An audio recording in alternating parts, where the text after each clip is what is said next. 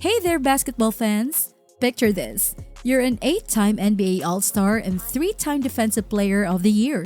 You even played so well in one game that people started calling you Superman. But instead of being celebrated, it feels like everyone in the NBA dislikes you, especially big names like Shaquille O'Neal and Kobe Bryant. That's the story of Dwight Howard. His career is really something to talk about. He's definitely one of the top centers ever, but somehow he's gotten so little respect that he ended up playing overseas instead of retiring in the NBA. So what went wrong? Why did the NBA turn its back on him?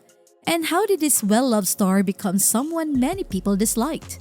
Stick around because we're going to break down the 3 big issues that messed up Dwight Howard's career and show you the tough reality of what happens in the NBA when you don't play the game their way.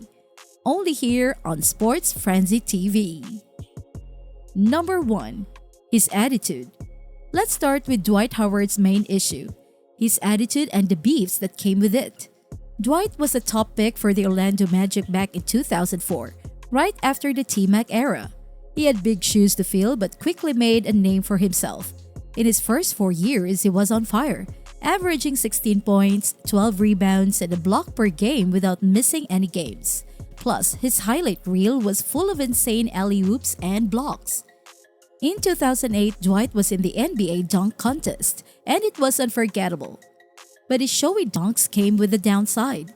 When he won the dunk contest dressed as Superman, it started a feud with Shaq. You see, Shaq was known as the original Superman, and he didn't like someone else taking over his nickname. This led to Shaq and Dwight throwing shade at each other on TV. Even though the beef with Shaq started over something small, it really changed how people viewed Dwight Howard. We'll dive deeper into that later, but setting that aside, Dwight genuinely brought the Orlando Magic back into the spotlight. The team snagged the second-best record in their history, consistently made the playoffs, and even hit the finals in 2009. At his peak, Dwight was a force to be reckoned with in the league. However, his time in Orlando wasn't without its problems. In 2012, he clashed big time with head coach Stan Van Gundy. Dwight was tired of just being a rim-running center. He was one of the top players of his time, but he wanted more. He wanted to handle the ball, post up, and show off a wider range of skills. The problem? He didn't really have those skills.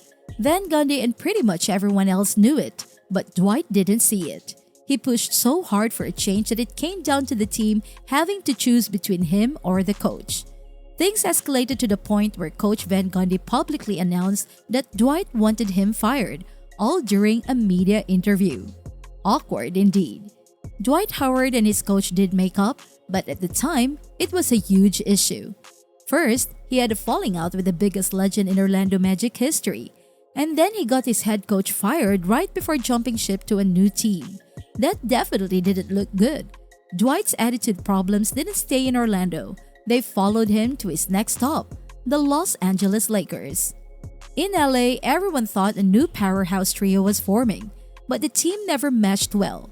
Steve Nash was past his prime, Dwight was dealing with injuries, and to top it off, Kobe Bryant didn't think much of Dwight's commitment.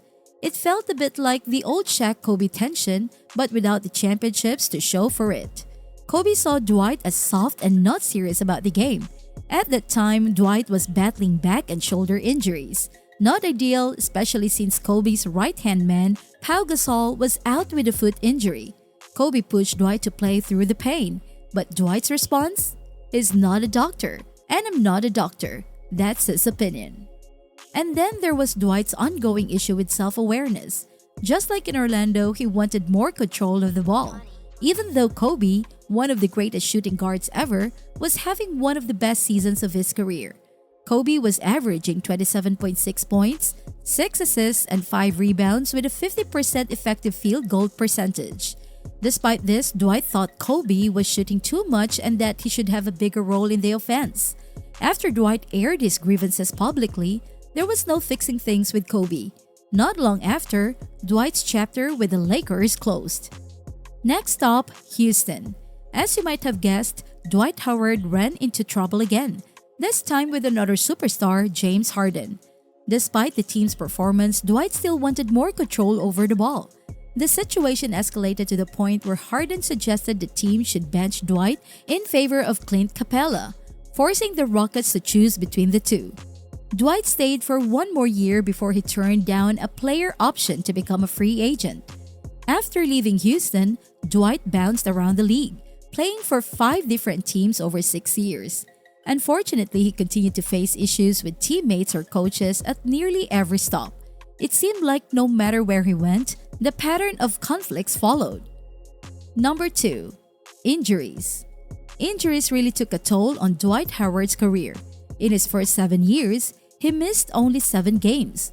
But everything changed in April 2012 when he suffered herniated disc and had to undergo back surgery.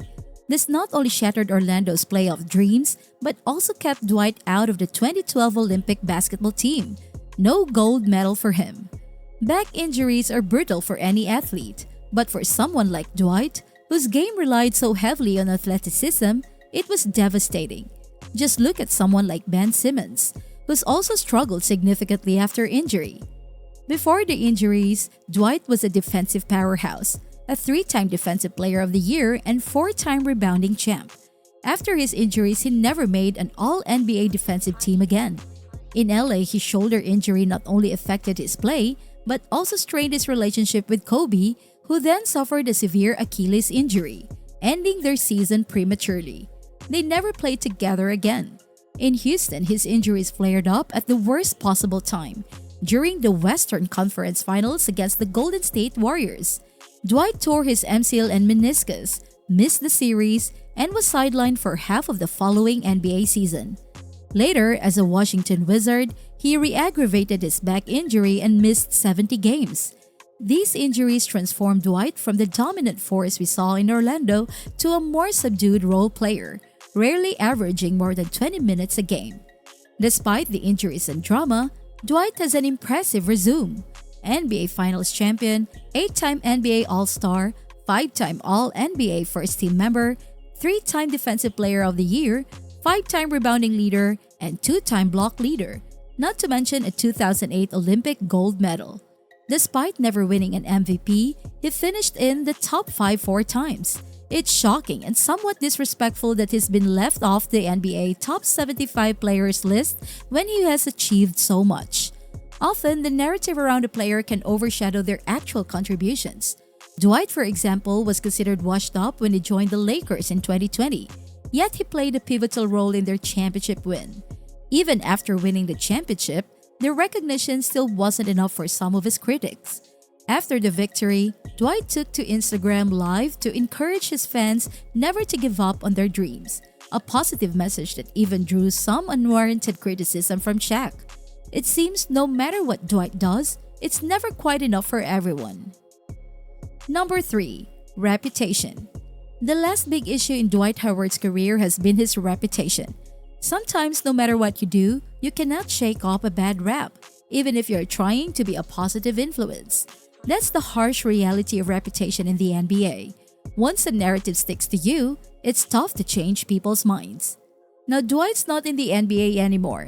He's moved on to playing professional basketball in Taiwan and has been doing really well. In his first year, he became an all-star and led the league in rebounds. So maybe Dwight is getting the last laugh after all. Despite playing overseas, he's still making waves with his performances and has been having fun engaging with fans on social media, sharing some great moments. It shows that no matter where he plays, Dwight still knows how to shine and enjoy the game. No matter what you think of him, Dwight Howard is statistically one of the best centers of his era. He was easily the top center in the league, and at his best, he was unstoppable. When all is said and done, Dwight is sure to be inducted into the NBA Hall of Fame. Even though he might be blacklisted or banned from playing in the NBA now, time might still change how his story is viewed. That's it for our look at Dwight Howard's NBA journey. What do you think impacted his career the most? Let us know in the comments. Don't forget to subscribe and hit the bell for more videos. Thanks for watching and see you next time.